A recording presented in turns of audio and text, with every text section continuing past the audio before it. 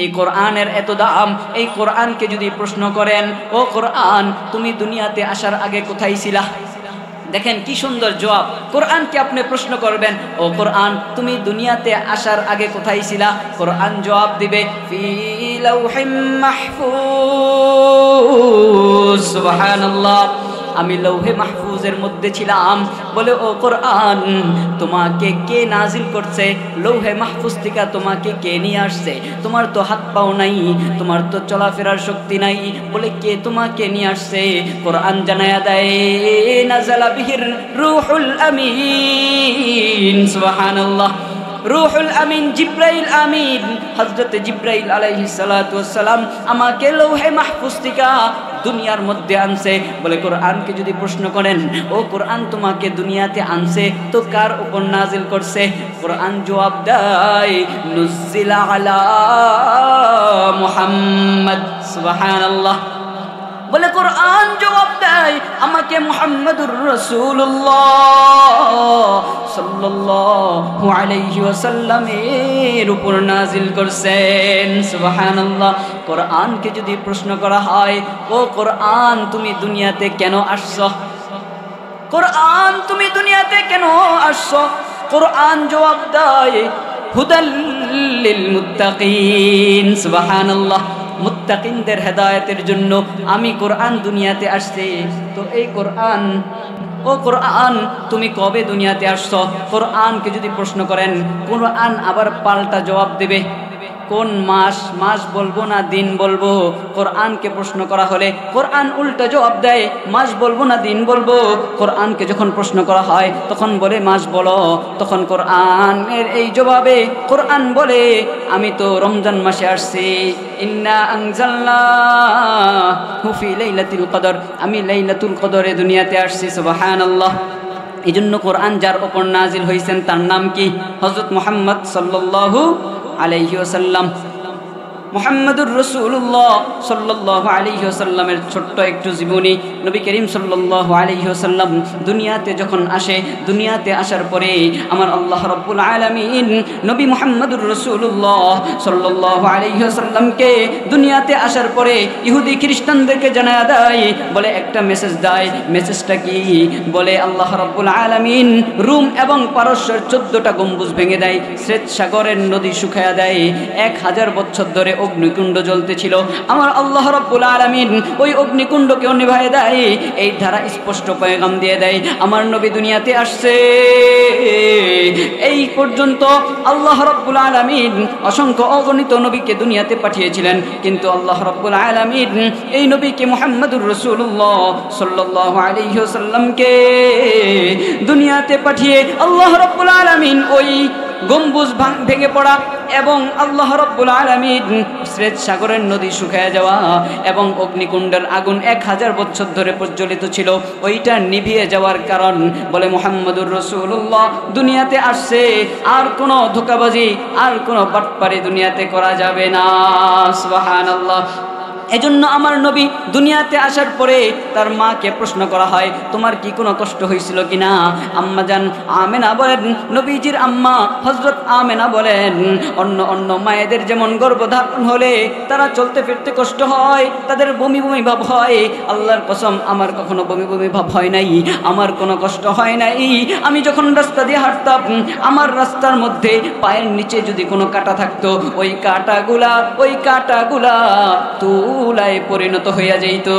সুবহানাল্লাহ, আমি রাস্তা দিয়ে হাঁটতাম, আমার মাথার ওপর যদি রোদ থাকতো, ওই রোদটা আল্লাহ রাব্বুল আলামিন এক খণ্ড মেঘের ছায়াকে আমি নবীর মা হযরত আমেনা আমার মাথার উপর দিয়ে রেখে দিত।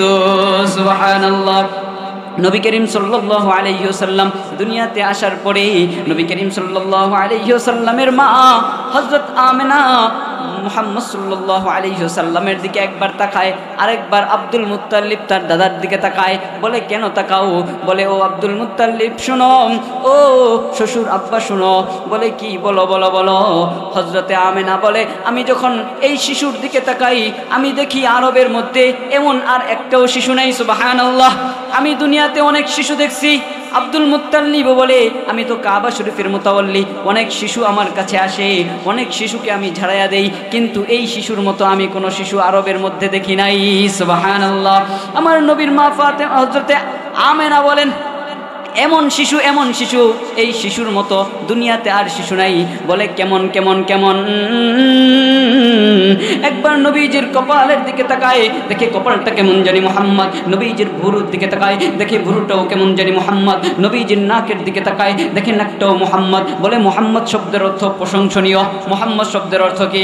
প্রশংসনীয়। বলে যখন ঠোঁটের দিকে তাকায়, ঠোঁটটাও মুহাম্মদ। যখন আল্লাহ রাব্বুল আলামিন মুহাম্মদ সাল্লাল্লাহু আলাইহি ওয়াসাল্লামের যেই মা হযরত আমেনাকে এই লীলা খেলা দেখাইতেছেন, হযরত আমেনা বলেন আমি যখন সিনার দিকে তাকাই দেখি সিনাটাও মুহাম্মদ। সুবহানাল্লাহ। मोहम्मद कमली वाला तुम्हारी नाम, कौसर वाला तुम्हारी नाम, जगत वाला तुम्हारी नाम। बोली ना सल्लल्लाहु अलैहि वसल्लम। बोले समस्त किछु मोहम्मद, बोले शरीरेर सब किछुई मोहम्मद। जान जान जान এই শিশুর নামও দিয়া দিলাম মোহাম্মদ। সুবহানাল্লাহ। ওই থেকে নবীর নাম মোহাম্মদ দিয়া দেয়। বলে মা সন্তানের প্রশংসা করবে তো করবে না কে? মা তো সন্তানের প্রশংসা করবেই, কিন্তু নবীর প্রশংসা ইহুদি খ্রিস্টানরা, একটা ইহুদি নাস্তিক ইহুদি একটা বই লেখছে, তার নাম হচ্ছে গুরু ডক্টর সিং। সেই ইহুদি আমার নবীকে কতটা মহব্বত করত, নবীর ভালোবাসা একটা বই লেখছে। বইয়ের নাম প্রিয় নবী, হে নবী আপনাকে ভালোবাসি, হে নবী তোমাকে ভালোবাসি। এই বইয়ের নাম একজন ইহুদি লেখছে, আমার নবীকে কত ভালোবাসে। আরেকজন গবেষক, সে দুনিয়ার সমস্ত কিছুকে গবেষণা করেছে।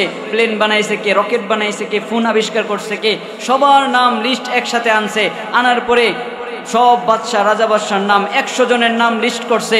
100 জনের মধ্যে যাচাই বাছাই করতেছে যে কাকে 1 নাম্বার দেওয়া যায়। 1 নাম্বার দেওয়া যায়, চিন্তা করতেছে কে অল্প সময়ের মধ্যে সবচাইতে বেশি কাজ করছে, এক অল্প সময়ের মধ্যে কাজ করছে। তখন সে চিন্তা করে দেখে আর কেউ না মুসলমানদের নেতা জনাবে মুহাম্মদুর রাসূলুল্লাহ বলিনা সাল্লাল্লাহু আলাইহি ওয়াসাল্লাম। নবীজির কবি হাসান বিন সাবিত নবীজির প্রশংসা করে। বলে কেমন প্রশংসা করে? ওয়া আহসানু মিনকা লাম তারকাতু আইনি ওয়া আজমালু মিনকা লাম তালিদিন নিসাই খুলিকতা মুবাররাআন মিন কুল্লি আইবিন কাআন্নাকা قد خلقت كما تشاء। সুবহানাল্লাহ। নবী করিম সাল্লাল্লাহু আলাইহি ওয়াসাল্লাম তার স্ত্রী হযরতে আয়েশা তিনিও প্রশংসা করে। বলে লানা শামসুন ওয়ালিল আফাকি শামসুন ওয়া শামসি খায়রুম মিন শামসিস সামা ওয়া শামসিদ দুনিয়া তাতলু বাদাল ফজর ওয়া শামসি তালিউম মিন বাদিল ইশা। বলে সূর্যের চাইতেও দামি আমাদের নবী। সুবহানাল্লাহ। আল্লাহ তাআলা আমাদেরকে আমল করার তৌফিক দান করেন।